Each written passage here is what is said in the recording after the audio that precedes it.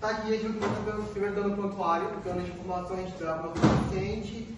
A gente vai, ao longo do trabalho, a gente vai projetar nosso estudo de caso, nossa dieta e várias coisas. O nome da nossa paciente é DN, o sexo dela é feminino, ela se encontra casada no estado civil, ela nasceu dia 11 de novembro de 1980. A nossa avaliação nutricional dela, que ela tem 114 quilos, tem 1,60 de altura, 61, para ser mais exato, um IMC de 44, um gasto energético total de 1.843 calorias, um valor energético total de 1.813 calorias, e ela veio até nós com o objetivo de emagrecimento. Pode passar, por favor. O prontuário, ela é uma paciente hipertensa, ela tem obesidade, faz uso de medicação, losartana e hidroclorotiazida. O grau de atividade dela é sedentário, ou seja, ela não pratica atividade, nenhuma atividade física. As informações que nós pegamos foi que ela consome 2 litros de água no dia, não é fumante, informa que apresenta sintomas de ansiedade e consome bastante açúcar diariamente. A obesidade é uma doença crônica que pode se desenvolver a partir de fatores genéticos, metabólicos e ambientais. Ela é caracterizada pelo excesso de gordura corporal, excesso de tecido adiposo, e é basicamente quando a ingestão calórica é maior do que o gasto energético, ou seja, o corpo vai utilizar aquela quantidade necessária de calorias e o resto vai ser armazenado em forma de gordura. Algumas das causas da obesidade está relacionada com o estilo de vida atual, o sedentarismo, a alimentação, o fast food, por exemplo, a ansiedade, o estresse e a depressão podem levar a condições alimentares que podem levar a uma obesidade. E as consequências da obesidade, algumas delas, doenças cardiovasculares, diabetes, hipertensão, problema nas articulações e dor no joelho é bem característico da obesidade. E o tratamento mais simples é adotar um estilo de vida saudável, ou seja, uma alimentação balanceada e a prática do exercício físico. Bom, eu vou falar um pouco sobre a hipertensão e vou tentar ligar ela com a obesidade. Bora lá, o que é hipertensão? A gente precisa saber de início. A hipertensão nada mais é que uma condição física. Eu falo condição física porque, na minha opinião, a obesidade é uma doença. A hipertensão vem da obesidade, então é uma consequência. Essa é uma condição física em que o sangue que está sendo bombeado nas paredes das artérias é muito mais forte do que o comum. Para vocês terem noção, a média de pressão de uma pessoa comum é 12 por 8. Uma pessoa hipertensa bate 14 por 9. Em estados mais grandes bate 18 por 12. Ou seja, é muito grande. E como fazer essa analogia? Bom, vamos supor aqui o seguinte, que temos um cano, que esse cano transporta água de um lado para o outro. E bom, peraí, rapidinho. Esse cano transporta água de um lado para o outro, e ela transporta, vai. Só que chega um momento em que colocam muita coisa nesse cano, e ele acaba que fica mais frágil. Essa analogia é o seguinte, vamos supor que esses canos sejam nossas veias, nossas artérias, e o que foi colocado em cima é a gordura. Basicamente, a hipertensão pode ser ligada à obesidade de duas formas. Da forma física, que é essa forma das artérias e da gordura, que em certos casos, a gordura chega até a penetrar mesmo as artérias e as veias. Isso é um problema muito grave.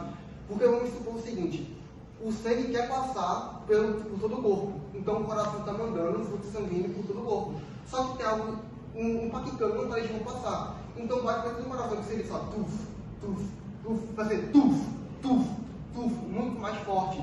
Isso pode dar problemas cardiovasculares, até um infarto ou alguma outra coisa. E outra forma que podemos assimilar a hipertensão com a obesidade é de forma hormonal. Essa forma hormonal, pelo que eu andei lendo, ela é um pouco menos comum, mas já acontece, que seria por forma da alta produção de insulina e também quando os rins eles sugam demais o sódio que está presente no corpo. Vamos ser sinceros, né, gente? A pessoa que é obesa, ela não come coisa saudável, ela não é obesa porque come coisa saudável, come qualquer tipo de coisa. Então, o sódio que ele ingere normalmente se prende no rim, isso pode até dar um problema renal. Por isso que a obesidade e a hipertensão tem que ser estudada e tem que ser tratada a tempo para não evoluir para casos piores. Pode passar. Respeito. Bom dia, gente. Bom dia. Para realizar a investigação, a gente usou o recordatório 24 horas e no café da manhã ela tomou café com leite e açúcar, pão bola com ovos e hambúrguer. No almoço, arroz, feijão com calabresa, linguiça, charque e com suco de tamarindo. O lanche ela não fez. No jantar, ela comeu a mesma coisa do almoço, só que acrescentou farofa e churrasco e sorvete. A gente vê aqui que a alimentação dela, ela tem uma abundância, uma quantidade assim maior de alimentos também e de calorias também, porque como ela é hipertensa, esse hambúrguer, ele deve conter muito sódio, a gente queria que esse hambúrguer seja industrializado e não seria ideal para ela. E na questão do feijão, se tivesse o arroz e o feijão, tava tudo certo, mas ela colocou linguiça, colocou calabresa e ainda colocou charque. Então a gente sabe que são alimentos que têm bastante sódio e consequentemente vai fazer mal para ela. E no jantar a mesma coisa.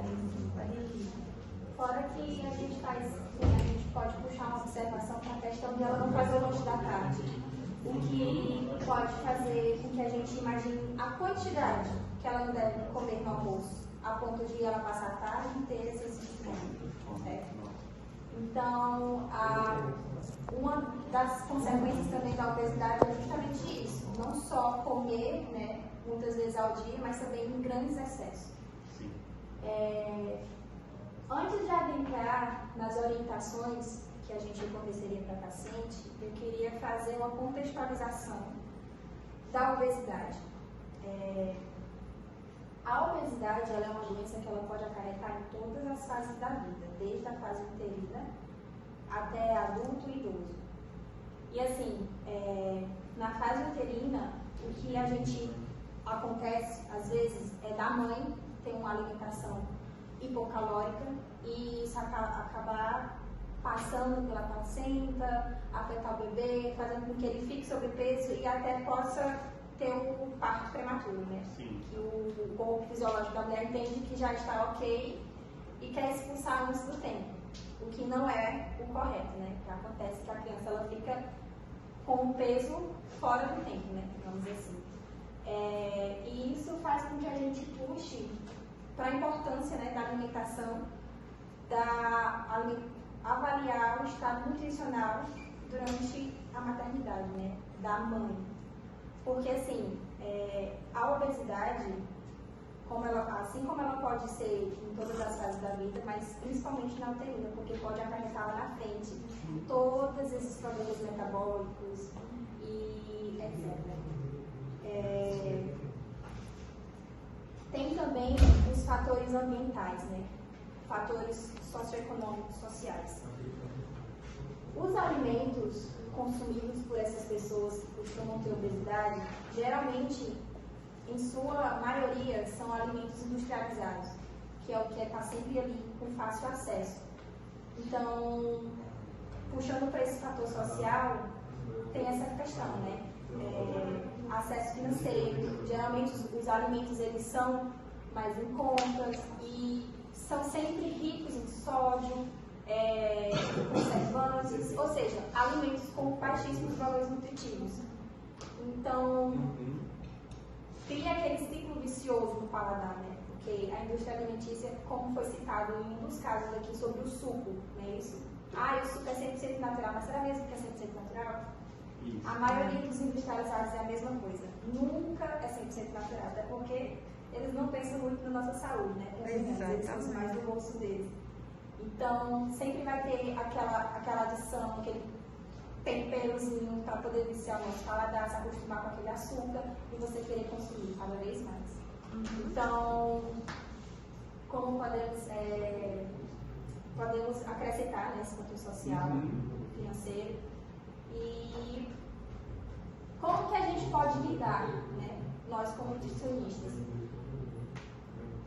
Levando em consideração todos esses fatores, a gente sabe que se a gente sentar na mesa para poder conversar, não vai ser algo fácil, né? Tipo, tá aqui a sua dieta, siga assim. Como você falou, tem que ter a contextualização. Então, assim, o que seria ideal, coerente para a gente fazer, é uma terapia nutricional. É sentar, é conversar, é explicar a situação, do quadro onde ela se encontra e o que seria melhor para ela poder fazer, para poder retornar ao peso ideal, para poder retornar à saúde verdadeira, né? E a terapia nutricional seria isso. explicar para ela como ela poderia fazer isso, né? Não seria algo fácil, até porque a pessoa já está acostumada com aquela rotina de comer. Também. E é uma dieta que vai possibilitar que haja esse controle da pressão arterial. Então essa dieta, ela é rica em frutas, hortaliças, ela é rica em cereais integrais também, peixes, que é muito importante, oleaginosas também. E também tem a dieta do Mediterrâneo, só que a dieta do Mediterrâneo, ela é mais alta em gordura. Então a gente recomenda mais a dieta DASH. E nessa dieta DASH é muito importante também a questão dos micronutrientes. No caso, a gente recomenda o potássio, alimento assim, com alto teor de potássio, magnésio, cálcio, porque esses micronutrientes vão ajudar a inibir a ação do sódio. Então é muito importante para o controle de pressão arterial.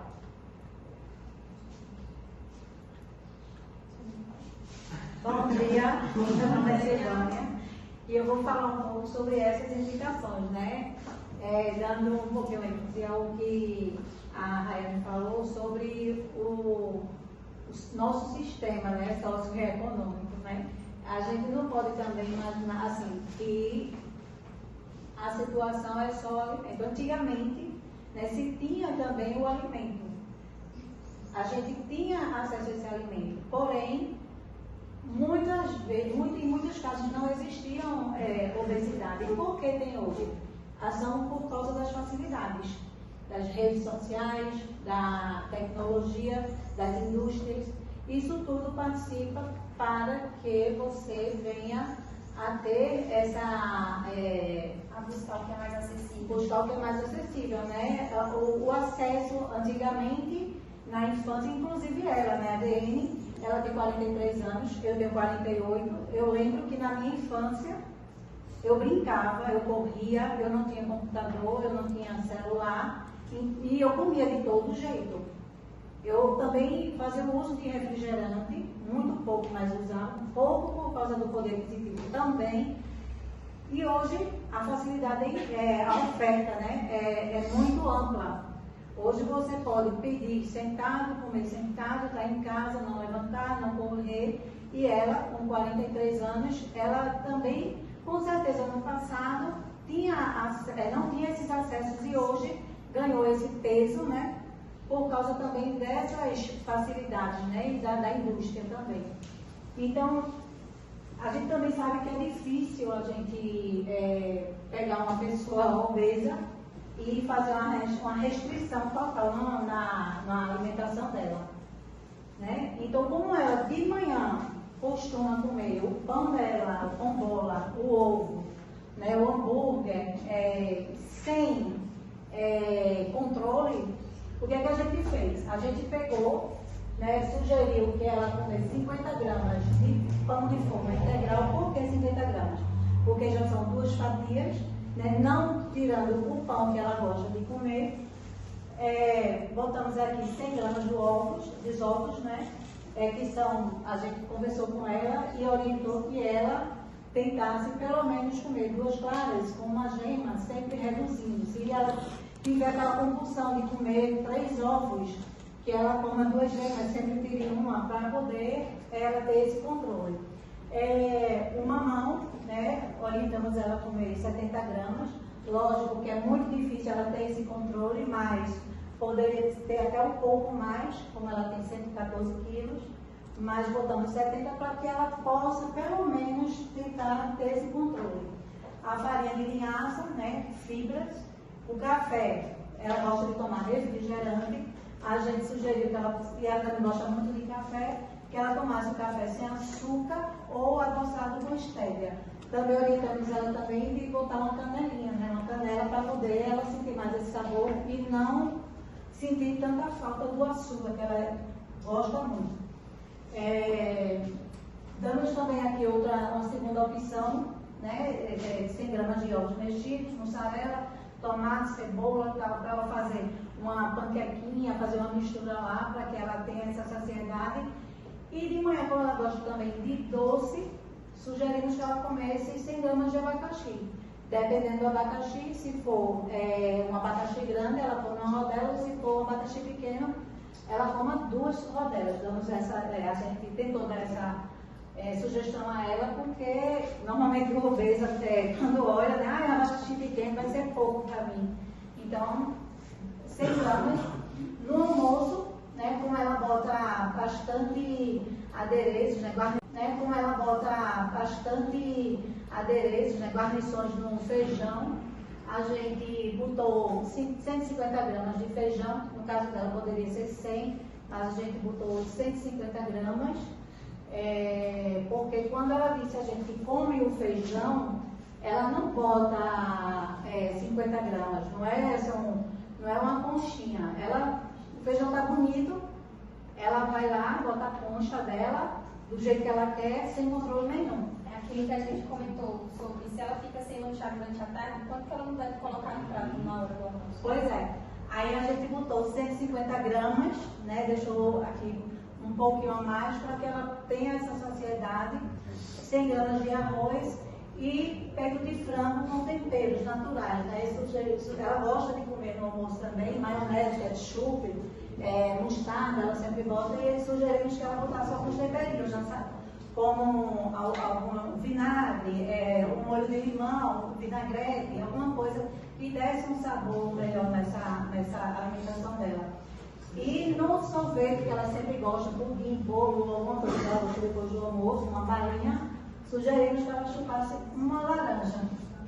Tem a segunda opção de almoço aqui também, que é o feijão, o arroz que ela tanto gosta, né, na mesma proporção. E para que ela mude também, ela acrescenta carne de boi assada, filo, acebolado, peixe e saladas coloridas, né, com azeite. E de frutas, sugerimos a ela kiwi e 5 unidades de morango. Ela perguntou o que eu posso comer fruta e não posso tomar meu sorvete. Não é doce? Aí a gente orientou ela, né? Porque a fruta, se ela fez sim, mas eu gosto também de suco.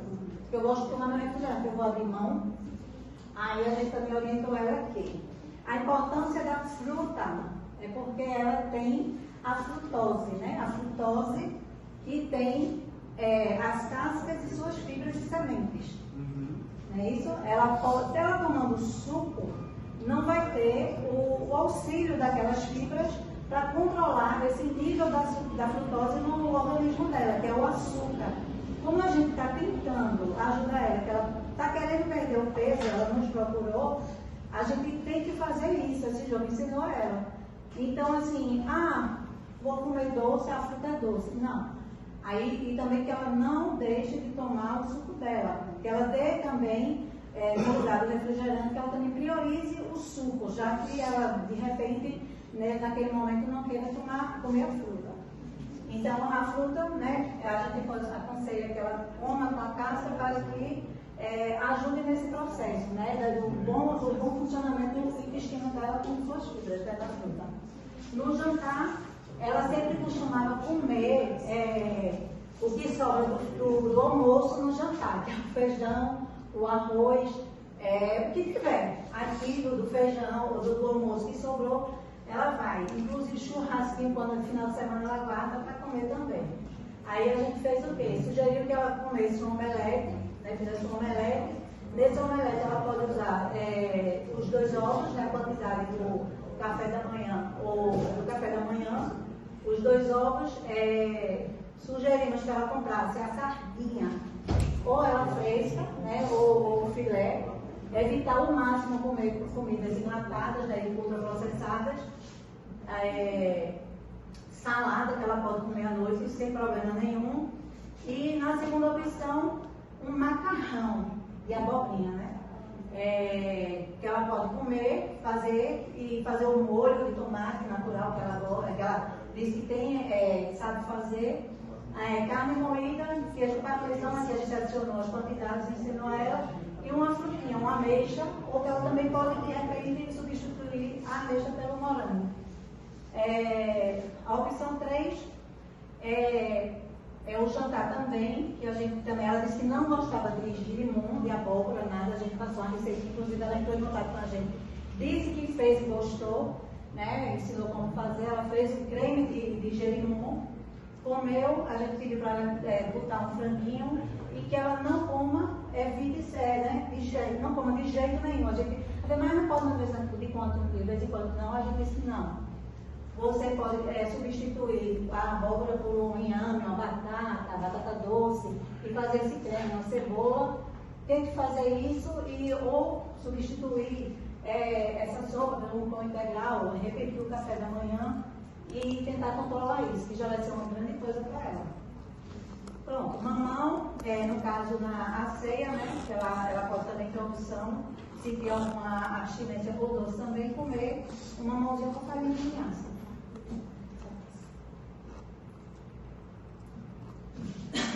Seria isso. Explicar para ela como ela poderia fazer isso, né? Não seria algo fácil, até porque a pessoa já está acostumada com aquela rotina de comer, né, em excesso, aquelas comidas saborosas. Então, seria um processo, né? Teria todo um manejo de reeducação alimentar, né? E tentar fazer com que não seja tão sofrido o processo. E aí é onde a gente entra com os tipos de dieta, né? O melhor tipo de dieta para esse tipo de caso clínico, que seria uma dieta hipocalórica e hiperproteica. Dá para falar um pouco mais aí? A gente aqui vem agora com algumas orientações para paciente relacionadas à dieta do paciente hipertenso, de aquela hipertensa, e na questão da obesidade. Na obesidade e para pacientes hipertensos também, a gente recomenda a dieta hiperproteica. E uma dieta baixa em gordura saturada e gordura trans também. A dieta hiperproteica a gente recomenda porque essa dieta ela vai aumentar o gasto energético pós-refeições e vai dar uma sensação de mais saciedade para aquela paciente. Também vai ajudar a regular a questão de fome daquele paciente e também vai ajudar na composição corporal dela também. E essa dieta hiperproteica, ela vai estar associada diretamente com o exercício físico. Então, é muito importante que o paciente obeso e o paciente hipertenso, ele faça exercício físico. Então, a gente, assim, é muito difícil de você começar, né, a fazer, mas é muito importante e necessário. Porque, assim, muitas vezes, a energia que eles têm, ele gasta para fazer as atividades do dia a dia. Por exemplo, às vezes não consegue nem pegar um negocinho e caiu no chão porque não tem esse condicionamento físico. Fora a alimentação. Né? Exato. Devido à grande demanda, às vezes fica difícil pegar o que está no chão, a nossa parte. Exato. Então, assim, a gente tem a recomendação que 150 minutos por semana, o mínimo de exercício físico, mas aí é para meio que regular, tá regulando esse peso corporal. Para a gente ter uma perda efetiva de peso, a gente tem que aumentar essa quantidade e também tem que aumentar a intensidade. Bom, uma coisa que é muito importante também a gente ressaltar, antes de passar qualquer plano alimentar, qualquer dieta, é a questão emocional. Porque a questão emocional, ela está muito ligada com o nosso dia a dia e com o nosso físico também. Então, assim, tudo que a gente está sentindo acaba refletindo no nosso corpo. Então, muitas vezes, o paciente obeso, que já tem outra condição clínica também, ele passa por momentos muito difíceis. Então, a gente tem que estar, assim, sensível para entender aquele paciente, sensível para entender as dores dele e, se possível, encaminhar ele para outro profissional, que no caso seria um psicólogo, para que a gente possa andar em conjunto e a gente possa estudar a situação desse paciente. Então, a gente tem algumas recomendações também mais dietéticas, no caso do sal, porque ela é hipertensa. Então, 1 grama de sal por dia, que é uma colherzinha daquela pequenininha de chá, porque o sal, como é que eu posso falar? O sal, ele vai aumentar os níveis sanguíneos. Ele retém a água, aí aumenta o volume sanguíneo, aí consequentemente vai aumentar a pressão arterial. Então, é muito importante que esse sal ele seja bem regradinho.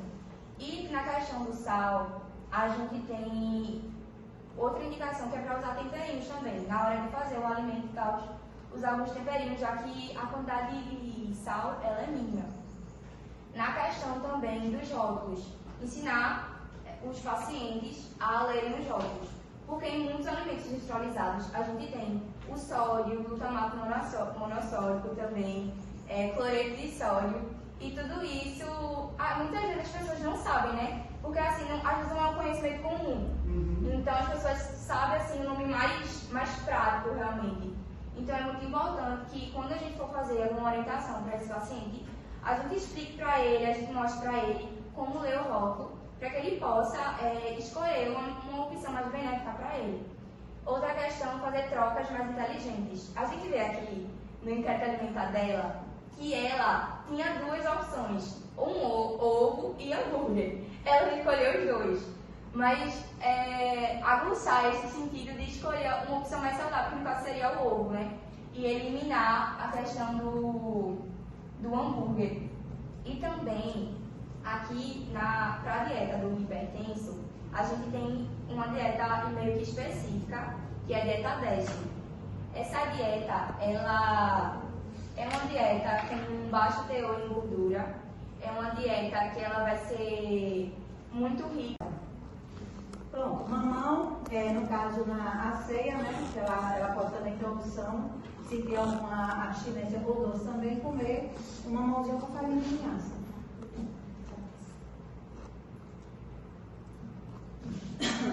Pronto, a gente botou uma observação aqui que lanche não é necessário.